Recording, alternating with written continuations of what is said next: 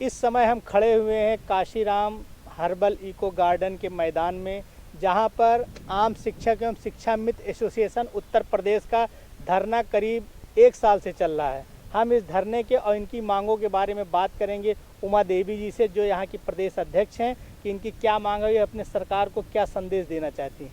Madam, आपका NDTV में स्वागत है। Thank you. ये आप धरना किस लिए कर रही हैं? मैं मेरे भाई धरना शिक्षा मित्र भाई बहनों का जो नौकरी है सर्विस 20 साल पहले बीजेपी सरकार ने दी थी। आज 20 साल बाद बीजेपी सरकार हमको बाहर निकाल रही है, जबकि इस 20 साल के दौरान हमारी शुरुआत 2250 से हुई थी। 2250, 2400, 3500, 3500 के बाद हमको 38,878 रुपया मिलने लगा था। उस समय तक हम बहुत अच्छे थे, तब तक हम योग्य थे, लेकिन जिस समय बीजेपी सरकार को हमें नहीं रखना हुआ, हमें अयोग्य का मुहर लगवाकर 40,000 से हमारा जो वेतन था वो मानदेय के रूप में परिवर्तन करते हुए माननीय न्यायालय का सहारा लेते हुए, सीधे से शब्दों में कि माननीय न्यायालय का सहारा लेते हुए हमें 40,000 से 10,000 मानदेय पे लाके खड़ा कर दिया गया। हमारे मुख्यमंत्री जी बड़े प्यार से कहते हैं कि हमने आपको 3500 से 10,000 कर दिया। कभी उन्होंने ये नहीं कहा कि हमने आपको 40,000 से 10,000 पे लाके खड़ा कर दिया। 20 साल की योगदान के बाद, सेवा के बाद, यदि किसी व्यक्ति के साथ ऐसा होता है तो उसके परिवार की स्थिति क्या होगी, उसकी मानसिक स्थिति क्या होगी, उसके बच्चों के पठन पाठन के शैक्षिक पे क्या असर पड़ेगा, बिल्कुल भी न सोचते हुए सरकार ने हमें माननीय न्यायालय के सहारे से हमें बाहर का रास्ता दिखाया। मैं इसलिए कहूँगी कि हमें जिन महाशय ने हमें आर्डर दिया, वो भी अनुभव के आधार पर सीधे 10 साल के अनुभव के बाद सुप्रीम कोर्ट का जज बने थे, और हम 20 साल का अनुभव लेकर के अनुभव एक उच्च पद पर अनुभव माना गया और एक टीचर के पद पे अनुभव नहीं माना गया, क्योंकि हमारी सेवा 20 साल की थी और आप महानुभव लोगों की सेवा 10 साल की थी। तो ये था बीजेपी का फहरिस्त। बीजेपी इस वक्त चुनाव की तैयारी कर रही 2019 में। वो कह रहे कि हमने हर तरफ विकास किया है, सबको रोजगार दिया है, शिक्षा में समान अधिकार दिया है, स्वास्थ्य की हमने पूरी तरीके से सबको सुविधा उपलब्ध कराई है, और वो सब जगह जाके तो आपने उनको इस चुनाव में उनसे आपने नहीं मांगी कि आपका एसोसिएशन उनके लिए क्या करेगा? देखिए, सबसे बड़ी बात बता दूं जी, जब मैं 1 साल से धरने पे बैठी हूँ, अभी 2 दिन पहले मैंने विधानसभा घेरा था, मात्र 2 दिन पहले विधानसभा घेरा, बीजेपी कार्यालय घेरा, हजरतगंज चौराहा घेरा और GPO पे ला करके प्रशासन ने मोड़ के खड़ा कर दिया। उसके बाद वहाँ से उठाए, बोले चलिए आपको जेल ले चलते हैं। मैं कहा जेल नहीं, आज गोली चलवा दीजिए तो भी गोली खाने को हम लोग तैयार हैं, क्योंकि हमारे घरों में हमको चाहिए रोटी। पेट की रोटी के लिए दर की ठोकरें खा रहे शिक्षा मित्र, और 1000 से ज़्यादा लाशें उठ चुकी है। इस धरने के क्रम में पहला धरना मैंने लगाया लक्ष्मण मेला मैदान, जहाँ हमें मुख्यमंत्री जी से वार्ता का टाइम मिला। उस वार्ता में उन्होंने कहा था कि आपकी मांगे जायज़ है, आपको त्वरित विकल्प के रूप में रास्ता निकाल। आज तक रास्ता नहीं निकला। आज आप मीडिया बंधु खड़े हैं, जरा विचार करिए कि भाजपा तो अभी अपने चुनाव के उसमें तैयार है। चुनाव तो मैं बड़े खुले शब्दों में कह दूं, मैं एक लाइन में इनको बहुत अच्छे से कह दूं कि थोड़ा सा पीछे ले जाकर फिर मैं इस क्वेश्चन का आपका आंसर दे दूंगी। मैंने इनसे कहा कि यदि आपने बेटियों का मान सम्मान गौरव नहीं रखा, 20 साल से बेटियां आपको अर्थ से लेकर फर्श तक की जगहों में कंधे से कंधा मिला रही हैं, उन बेटियों को, जबकि एजुकेशन डिपार्टमेंट उठा के आप देख लीजिए, सबसे ज़्यादा बेटियां ही खड़ी हैं, और इनका नारा होता है बेटी बचाओ बेटी पढ़ाओ। तो अब जब बेटियां ही नहीं आगे बढ़ पा रही हैं, बेटियां ही नहीं अपनी बेटियों को पढ़ा पा रही हैं, तो पहला नंबर 1 कि इनका नारा कहाँ सिद्ध हुआ, इनका तो सब कुछ उल्टा गया। दूसरा, हमें इन्होंने अपने संकल्प पत्र और घोषणा पत्र में शामिल किया था चुनावी मुद्दों के समय पिछली बार। अब ये फिर वही चीज़ लेके आएंगे, तो सोचिए कि जो अपने वादे पिछले साल से 5 सालों में नहीं पूरा कर पाए, तो अब ये क्या पूरा कर लेंगे? जी नहीं। इनका तो घोषणा पत्र में जितने भी मुद्दे थे, धारा 370 हटाएंगे, बेरोजगारी दूर करेंगे, 2 करोड़ रोजगार देंगे, तो ये तो अपने हर मुद्दे पे, राम मंदिर बनाएंगे, इनका जो सबसे बड़ा मुद्दा, ये तो अपने हर मुद्दे पे विफल है। तो उसमें आपका मुद्दा कहाँ से स्टैंड करता है? देखिए, मैं एक बात जानती हूँ, जहाँ पेट की रोटी का प्रश्न होगा, कुशल शासक वही कहलाएगा अपने जनता के दर्द को देखते हुए रोटी का तुरंत व्यवस्था करे।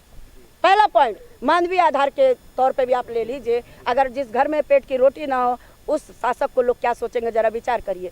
दूसरा पॉइंट, संकल्प पत्र घोषणा पत्र तो सब इनकी जितने भी थे सब, यहाँ इस इको गार्डन मैदान में 101 ब्राह्मण भाइयों ने जनेऊ उतारा, परित्याग कर दिया, आज भी वो बिना जनेऊ के घूम रहे हैं।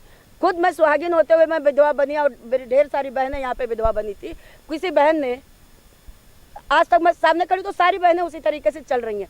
इन्होंने उस विधवा बनने के समय हम लोगों को हाई पावर कमेटी के निर्णायक मोड़ में बैठाया, जहाँ इनके आईएएस थे 150 आईएएसओ की। इन्होंने जब रिजल्ट देने की बात आई, मैंने एकमात्र मांग उठाई अनुसूची न कि मान्यवर, क्योंकि जितने बीजेपी के लीडर थे बड़े धीरे से कहते थे हमें तो माननीय न्यायालय के आदेश का अनुपालन करना है।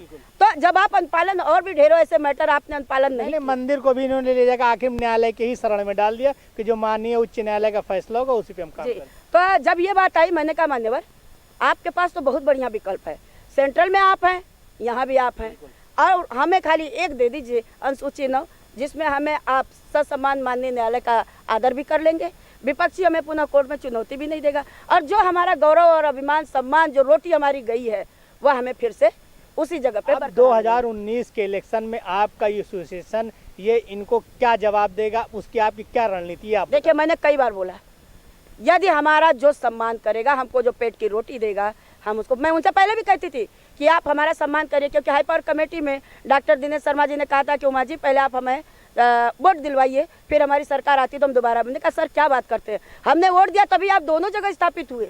अगर हम वोट न दिए होते तो या तो आप हमारे वोट को नकार रहे तो ईवीएम आपका फंडा, सीधा खुला किताब। अगर ईवीएम आपका फंडा है तो हर जगह ईवीएम नहीं चलेगा। मानवीय आधार के तौर पे जनता को रोटी देना पड़ेगा। आप वोट नहीं, वोट के बाप को भी अपने घर में बैठा लीजिए। अगर जनता भूखी है तो आवाज़ उठाएगी, सच्चाई कहेगी, और इसीलिए मैंने धरना आज तक नहीं हटाया, मैं धरने में बराबर चलती रही। ये धरना आपका कब तक चलता रहेगा? जब तक सम्मान हमारा वापस नहीं मिल जाता है। अगर आचार संहिता लगती है तो मैं उसी समय कही थी कि मान्यवर अगर आप हमारा सम्मान नहीं करेंगे तो हम भी आपका सम्मान नहीं करेंगे। इसीलिए मैं बार बार अपने किसी भी फाइट में मैं तुरंत बोलती हूँ कि यदि आप हमारा सम्मान करेंगे तो हम आपका सम्मान करेंगे, नहीं तो मैं उमा देवी स्वयं, मेरे इष्ट मित्र शुभचिंतक जितने भी हैं, पारिवारिक जन, सब तो आएंगे ही आएंगे। मैं सबसे पहले आपके ताबूत में कील ठोकने का काम करूंगी और खुले मन से आपका विरोध करूंगी चुनाव में, जहां आपकी रथ चलेगी। आपके पास पैसे है भाई, हम तो 15-15 महीने से हमको मानदेय नहीं मिला, जो बड़े ख्वाब में आप बोलते थे कि इनको दे दिया, हमने नहीं मिला है, तो कम से कम हमारे पास थाली तो है। मतलब कि चुनाव आचार संहिता लगने के बाद आप लोग फील्ड में उतर के पूरे उत्तर प्रदेश में, और बता दें 20 साल से बीएलओ ड्यूटी, जनगणना, बाल गणना, पशु गणना, पल्स पोलियो, जितने भी वर्क थे धरातल पे शिक्षा मित्र भाई बहनों ने किया था। तो आप ले कहाँ जाएंगे, किससे काम करवाएंगे? काम का जैसे हम लोगों के साथ जैसे दुर्व्यवहार हुआ है, भाई बहन हमारे बेचारे मरने लगे। जब मैं आवाज़ उठाने लगी, इन्होंने आवाज़ को दबाने के सारे प्रयास किए, लेकिन मैं दबी नहीं मेरे भाई। यहाँ से बना खाना लादा गया, यहाँ से टेंट उखाड़ा गया, यहाँ जो दुर्दशा नहीं करना इतना तक प्रशासन ने किया, लेकिन मैं डिगी नहीं। मैंने कहा ठीक है सर, आप खुले मैदान में मैं खड़ी रहूँगी। भाई धरना स्थल तो धरना स्थल है, आपने नियम बनाया तो उस नियम को आप भी फॉलो करिए और मैं भी फॉलो कर रही हूँ। देख रहे थे आप हमारे साथ कि उमा देवी जी इस वक्त कितने गुस्से में है। इनका कहना है कि आचार संहिता लागू होने के बाद इनका पूरा संगठन पूरे प्रदेश देश में जहां तक इनके कार्यकर्ता मौजूद हैं, ये खुलकर बीजेपी और बीजेपी की नीतियों का, उनका सरकार का विरोध करेंगी और उनको चुनाव में पूरी तरीके से हराने का काम करेंगी। वीडियो जर्नलिस्ट पंकज गुप्ता के साथ खुर्शीद खान राजू, NTTV भारत, लखनऊ। देश दुनिया की ताज़ा तरीन खबरों से रूबरू होने के लिए सब्सक्राइब कीजिए आपका अपना चैनल NTTV भारत।